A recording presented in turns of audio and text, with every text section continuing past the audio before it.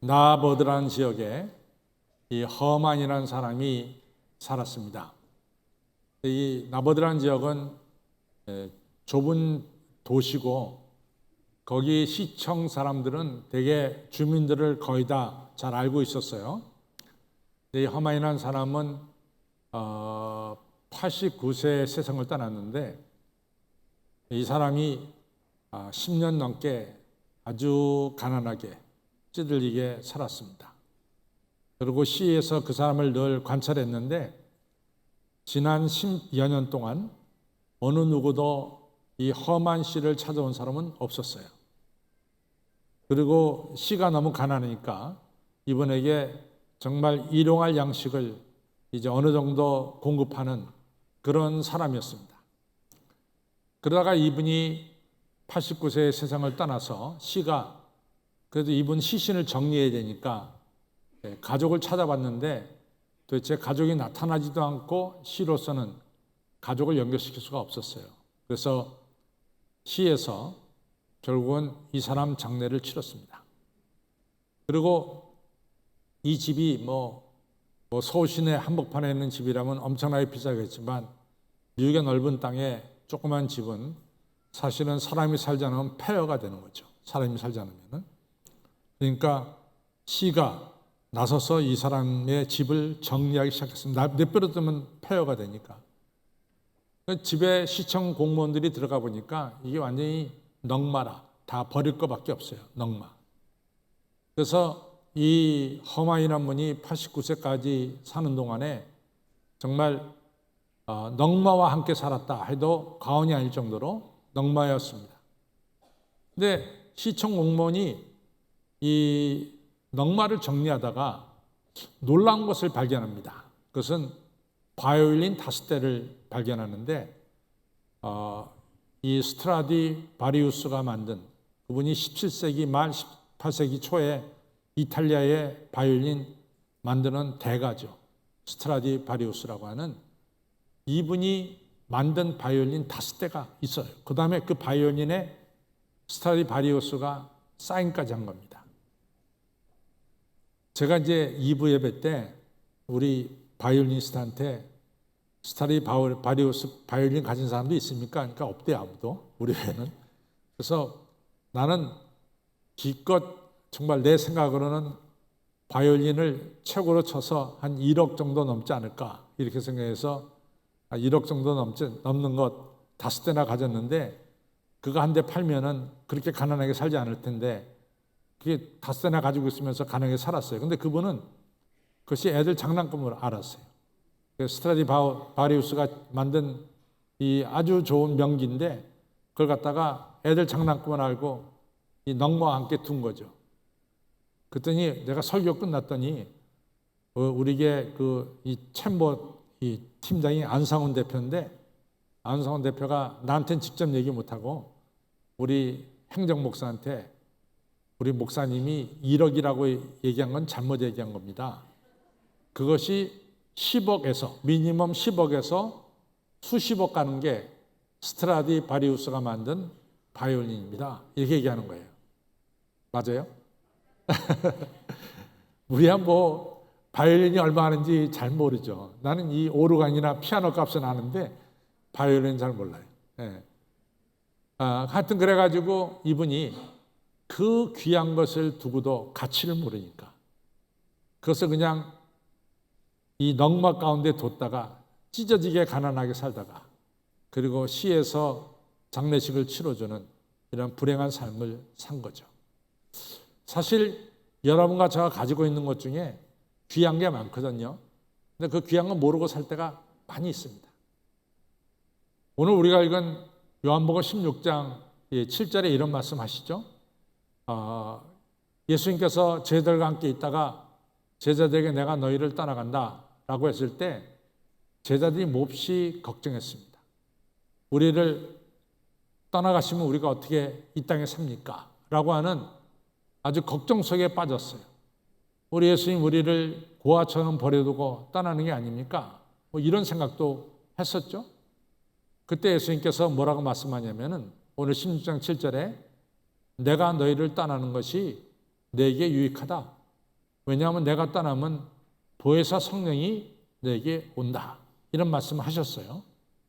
그래서 실제로 우리가 아시다시피 예수님께서 죽은 지 3일 만에 부활하시고 부활하신 다음에 40일을 계시다가 승천하세요.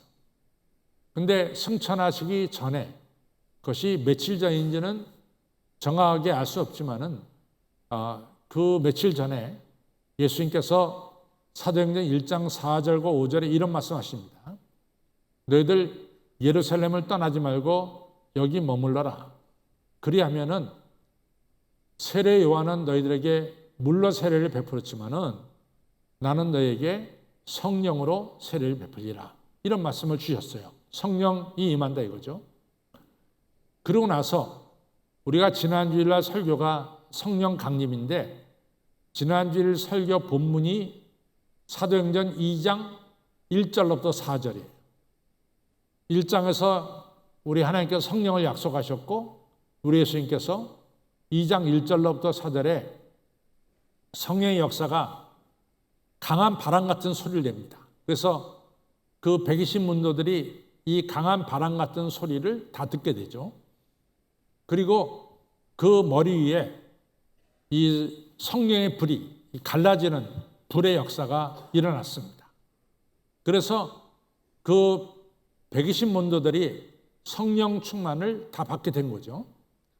그러나서 우리가 사도행전 2장에 보면 사도 베드로가 벌떡 일어나고 요한도 일어나더니 오순절에 모여든 사람들에게 설교를 시작했습니다. 근데 이제 우리가 여기서 분명히 알아야 될 사실은 뭐냐면 오순절에 예루살렘에 모여든 사람들의 대부분은 예수님을 뵌 적이 없어요. 예수님 뵌 적이 없습니다. 그 중에 일부는 틀림없이 예수님 봤을 거예요. 그러나 많은 사람들은 예수님을 보지 못했습니다. 우리가 이 주전 587년에 아시다시피 이스라엘이 바벨론한테 망한 뒤에 느부갓네살이 망했죠. 오늘 2부 예배 때 참여한 분들은 이 나부꼬라고 하는 오페라에 나오는 히브리 노예들의 합창을 이제 우리 할렐루야 찬양대가 있는데 아마 들었을 거예요. 거기서 나부꼬가 누굴 말하냐면 느부갓네살을 갖다가 나부가라고 말합니다. 베르디가 작곡했죠. 그 다음에 이스라엘 백성들이 바벨론 포로로 끌려간 뒤에 그 다음부터 이스라엘 사람들은 흩어지기 시작해요. 그래서 그때부터 흩어진 유대인들을 가리켜서 디아스포라 유대인이다 이렇게 부릅니다. 근데 이제 흩어진 유대인들이 일생을 살면서 꿈이 하나 있어요.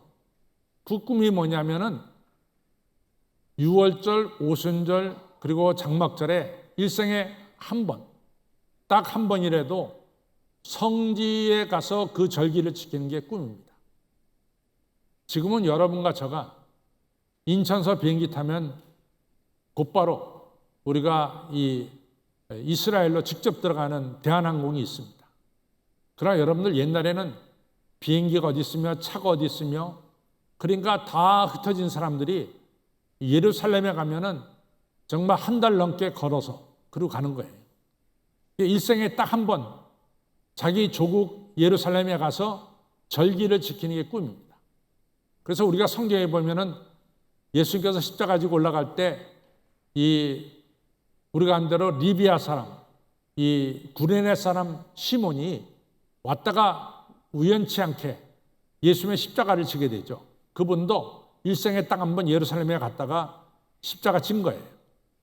이처럼 지금 오순절에 모여든 사람들은 예수님이 이 땅에 사신 것도 잘 모르고 또 예수님께서 십자가에 달려 죽으신 사실도 잘 모르고 예수님께서 죽은 자 가운데 3일 만에 부활하신 사실도 잘 모르는 수많은 땅에서 온 유대인들이에요.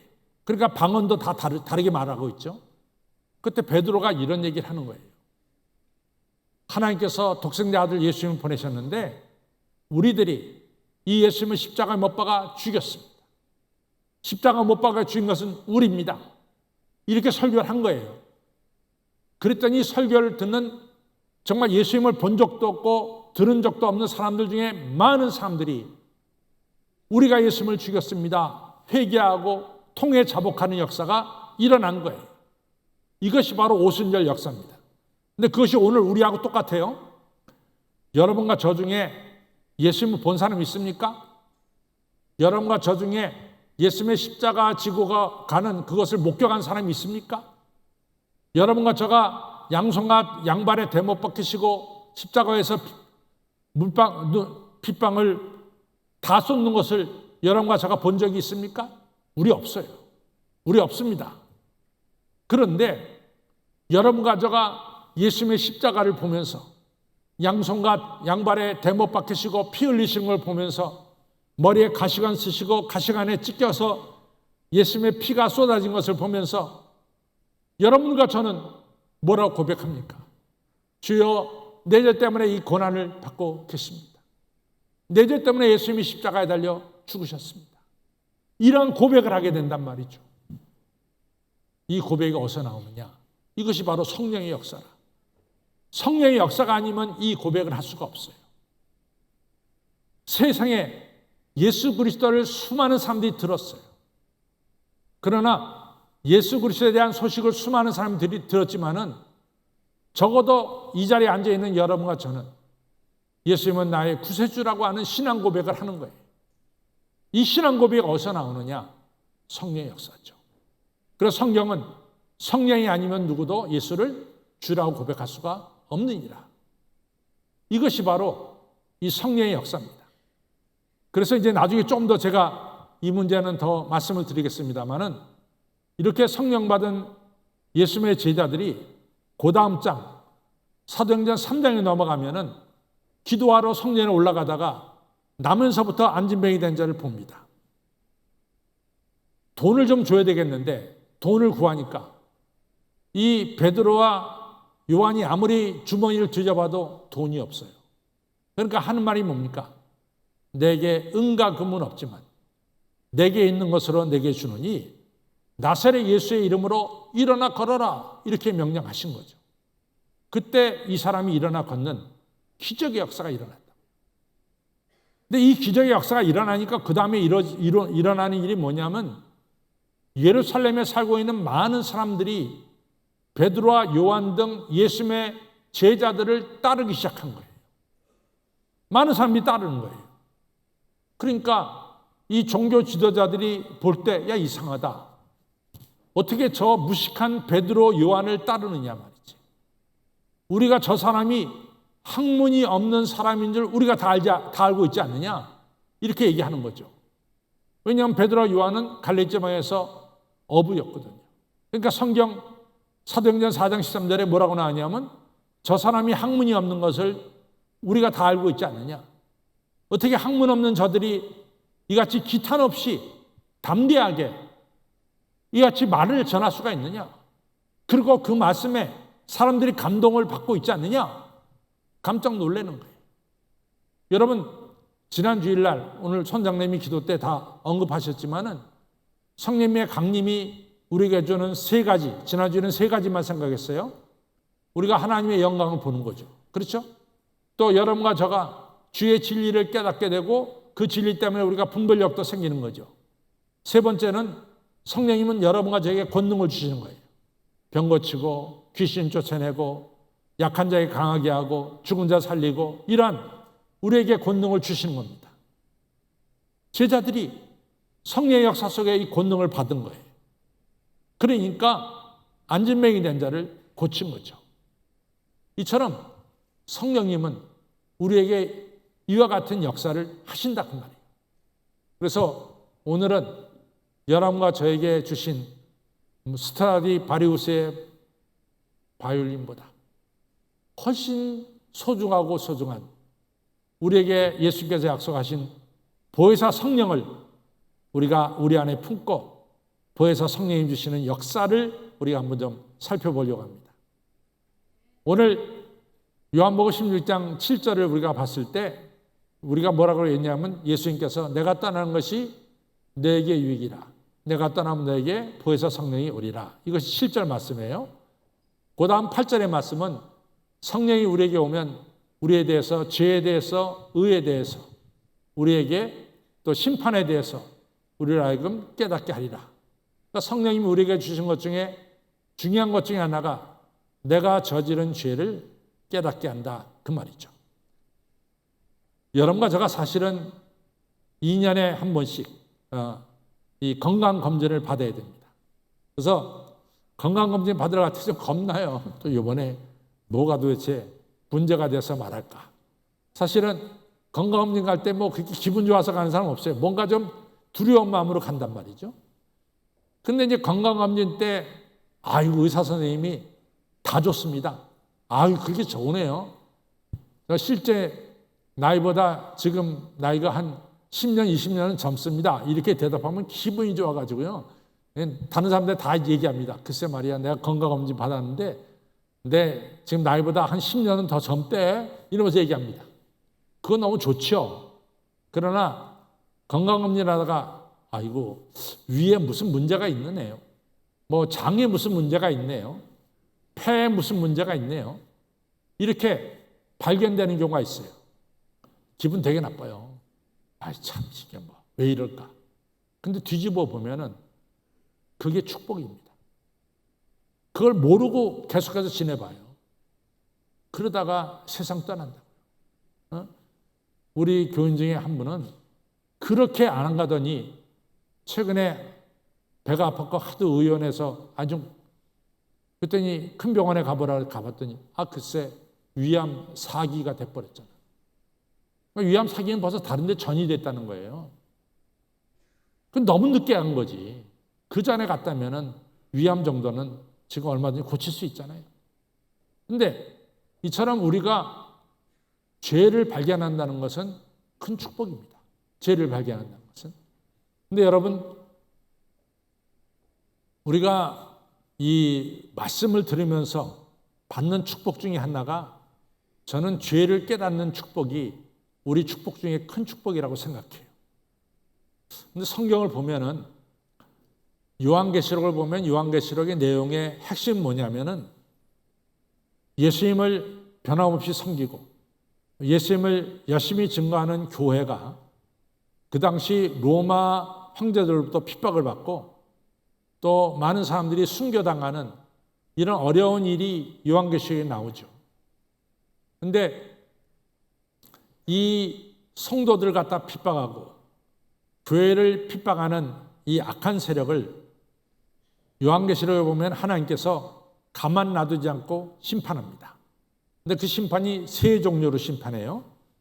첫 번째는 7 봉인이 하나 둘씩 떨어지면서 심판하고, 두 번째는 7 나팔이 불려지면서 심판하고, 세 번째는 7 대접이 쏟아지면서 심판을 합니다. 근데 중요한 사실은 이 무시무시한 심판을 받으면서도 끝내 회개하지 않고 예수님께로 돌아오지 않는다는 게 특징이에요. 그렇게 심판과 어려움을 겪으면 당연히 회개하고 그리고 주님께로 와야 되는데 오지 않는다는 거예요. 그래서 요한계시록은 뭐라고 말하냐면 불의를 행한 자는 계속해서 불의를 행하고 있다 이렇게 말씀하고 있어요. 그런데 물론 그런 심판 속에서 깨닫고 회개하는 자들도 나타납니다. 그런 분들은 우리 주님의 보혈로 씻음받고 바로 첫 번째 죽음만 당하지 둘째 사망은 당하지 않는다라고 성경은 말씀하고 있어요. 그런데 문제는 뭐냐? 그런 심판을 받으면서도 죄를 깨닫지 못하고 계속해서 우상 숭배하고 악을 향해 나가는 거예요. 이게 너무너무 안타까운 사실입니다. 그런데 여러분들 우리가 사도행전 9장에 가서 보면은 뭐가 나오냐면 사도행전 9장에 사울이라는 청년이 다메섹에 올라가다가 부활하신 예수님을 만나죠. 예수님께서 사울에게 말합니다. 내가 누구냐? 네가 핍박하는 예수다 이렇게 말합니다. 너 왜 교회를 핍박하고 너 왜 예수 믿는 성도들을 핍박하느냐? 그것은 마치 네 발을 이 뒤에다가 날카로운 그곳에 발을 치는 것과 똑같다 이렇게 말씀하시죠. 그때 사울이 자기 죄를 깨닫게 됩니다. 그리고 다메섹의 유다 집에 있을 때 장님이 되는 것이죠. 그때 아나니아라고 하는 선지자가 와서 이 사울이라는 청년에게 손을 얹고 기도할 때 사울이 회개합니다. 그 다음에 죄 용서함 받습니다. 세례 받습니다. 세례는 죄 용서함을 받았다는 거죠. 그 다음에 성령을 받죠. 그리고 그 즉시로 나가서 예수님을 증거하는 사도 바울이 된 것이죠. 여기서 우리가 보면은 사울이라는 청년이 죄를 깨달은 것은 축복입니까? 축복이 아닙니까? 축복이에요. 우리가 사무엘 상하가 나오는데 우리 여기 신봉규 안수집사님이 저한테 어제 말씀하시기를 자기는 성경책 읽을 때 사무엘 상하를 볼 때 너무 재밌더래요. 정말 사무엘 상하는 너무 재밌습니다.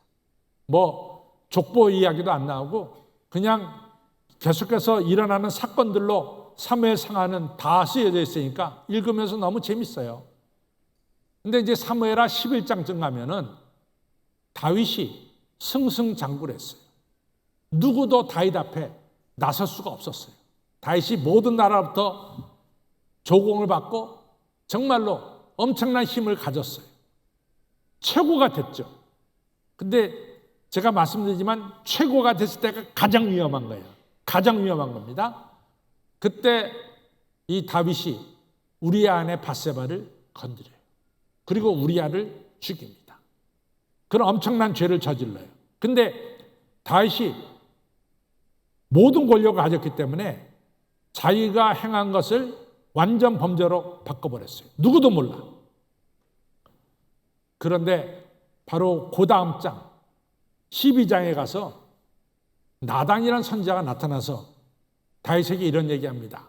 왕이요, 우리 마을에 어마어마하게 큰 부자가 있는데 그 부잣집에 손님이 찾아왔어요. 근데 그 부자는 수천 마리의 양을 가졌는데 그 양 중에 한 마리 잡아갖고 손님을 대접하면 되는데 이 부자가 글쎄 말입니다. 양 한 마리밖에 안 가지고 있는 이 가난한 집 양, 그것도 아들, 딸처럼 여기는 양을 뺏어서 그것을 잡아가지고 자기 집에 찾아온 손님을 대접했습니다. 다윗이 말이죠. 그걸 듣고 대노하는 거야. 우리나라에 그 악한 놈이 있느냐 말이야. 그 악한 놈 데려와. 그리고 그 가난한 집의 양은 4배나 갚아줘라 말이죠. 그 율법이거든요. 남의 것을 훔치면은 성경에 4배를 갚으라는 게 율법입니다. 그 4배를 갚아줘라. 그 악한 놈 빨리 데려와라. 내가 혼쭐을 내겠다. 그때 나단이 말하기를 그 악한 놈이 바로 왕입니다. 바로 왕이 악한 놈입니다. 그때 다윗이요. 바로 제가 악한 놈입니다. 그러면서 회개하기 시작한 거예요. 그 시편 51편은 다윗이 회개의 눈물이 벽에를 썩게 했대잖아요. 그 정도로 회개했습니다. 그리고 다윗이 새 사람 돼가지고 하나님께 영광 돌리는 일생을 살게 된 거죠. 그렇다면 여기서 다윗이 죄를 깨닫게 된 것은 축복입니까? 저주입니까? 축복의 저주예요. 축복입니다. 그러니까 여러분과 저가 오늘 예배를 통해서 가장 큰 은혜를 받는 것 중에 하나가 뭐냐면 내 죄를 깨닫는 거예요. 그리고 주의 보혈로 씻음받고 용서함받고 성령을 선물로 받는 것이 바로 우리가 예배를 드리면서 받는 축복 중에 하나입니다. 왜냐하면 우리가 죄 용서받았기 때문에 의로운 사람이 되는 것이고 천국 백성이 되는 것이기 때문에 얼마나 축복된 일입니까? 그래서 성령은 우리에게 오셔서 우리의 죄를 깨닫게 하고 의로운 것이 무엇인가를 가르쳐주는 것이 바로 성령님의 역사 중에 첫 번째입니다. 두 번째는 뭐냐면은 내가 하나님의 자녀인 것을 확인시켜줘요. 하나님의 자녀인 것을 확인시켜줍니다. 여러분과 제가 신앙생활 하는데 어떨 때는 내가 하나님의 자녀 같기도 하고 그렇지 못할 때 같기도 하고 왔다 갔다 할 때가 있어요. 그런데 성령이 우리에게 확실하게 주는 것은 너는 내 사랑하는 아들이고 내 기뻐하는 자다. 하나님의 자녀됨을 확인시켜 주는 거예요. 고린도후서 1장 21절 22절에 보면 하나님이 성령을 통해서 나와 예수 그리스도와 연합시키고 내가 하나님의 자녀인 것을 인쳐주시고 확인시켜 주시니라 말씀하고 있어요. 성령은 나와 예수님을 연합시켜 주시고 하나 되게 하시고 내가 하나님의 자녀임을 인치시고 확인시킨다 그 말이죠.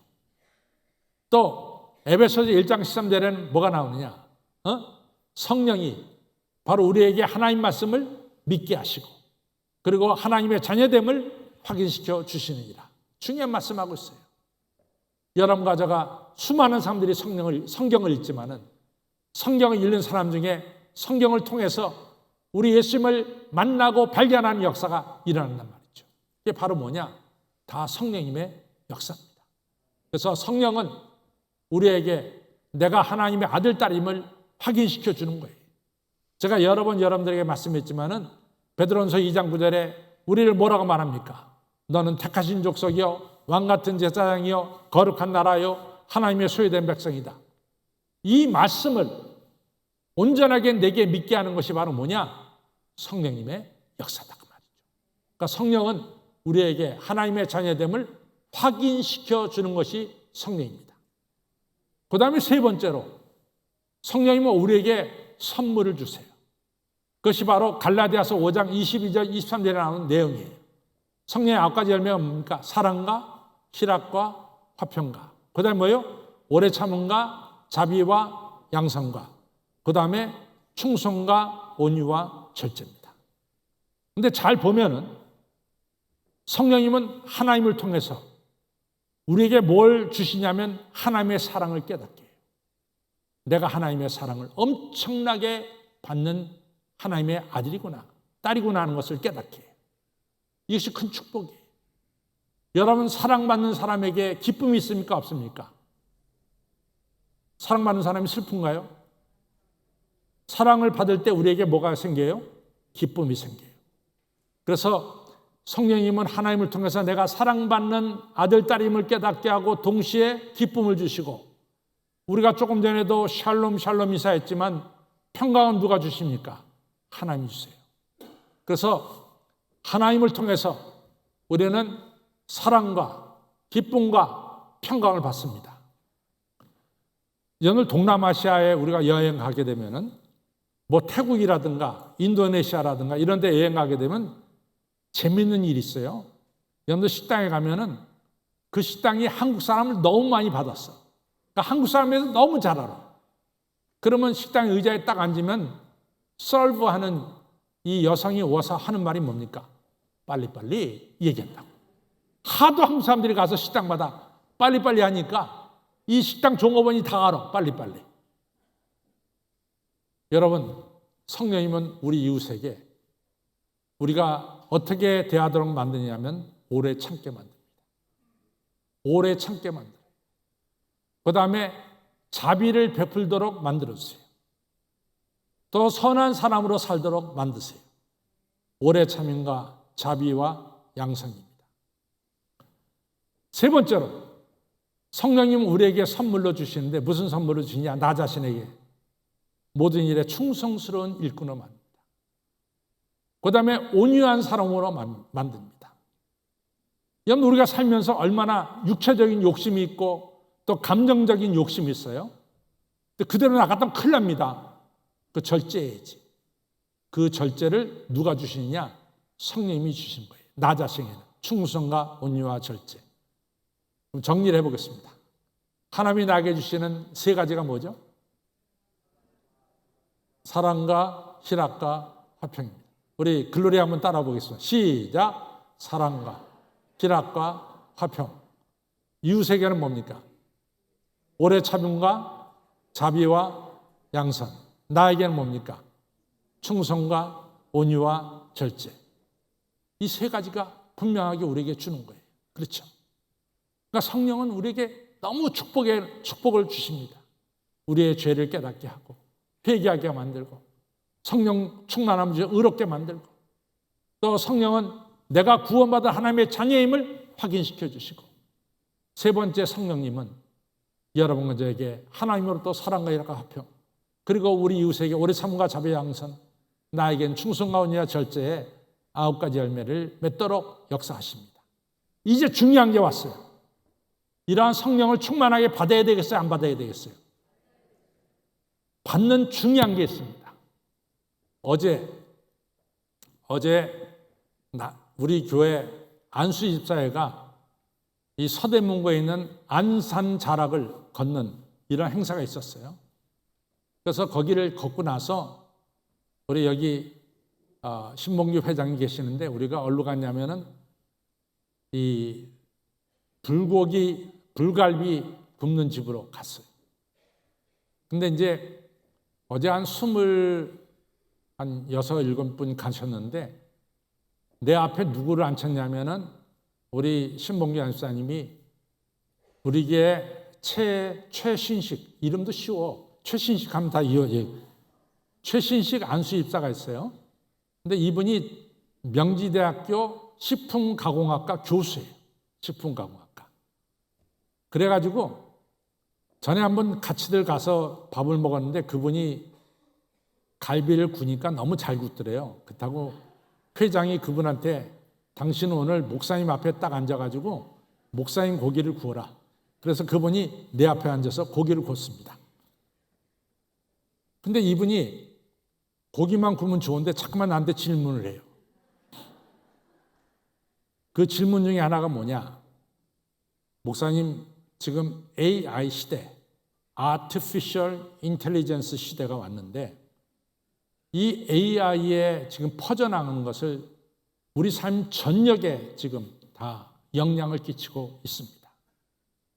그러면은 목사님, 교회는 이 AI 시대에 어떻게 AI의 시대를 대하고 있습니까? 왜 그걸 나한테 물어봐? 그래서 그걸 물어보더라고요. 근데 중요한 것은요, 신앙은 관계입니다. 신앙은 관계예요. 나하고 하나님과의 관계, 예수님과의 관계, 성령님과의 관계입니다. 신앙은 관계예요. 이 관계는 인격적인 관계입니다. 인격적인 관계. 인격적인 관계라는 것은 상대방의 우리가 지성과 또 이 지정의를 다 인정하는 거예요. 제가 박형한 집사님과 벌써 이렇게 관계를 가진 게 꽤 됐어요. 근데 이 관계는 내가 박형한 집사님을 물건으로 취급할 수 있어.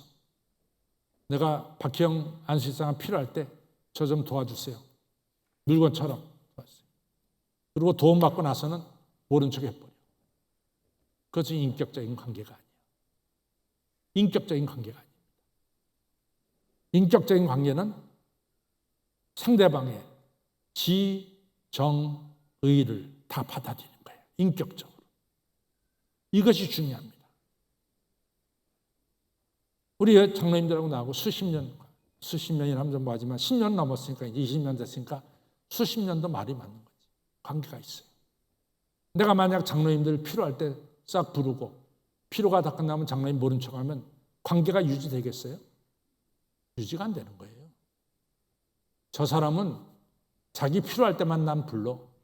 자기 배 채운다면 나 모른 척해. 나를 물건 취급하는 사람이야. 이런 느낌을 갖겠습니까? 안 갖겠어요? 느낌을 갖는다.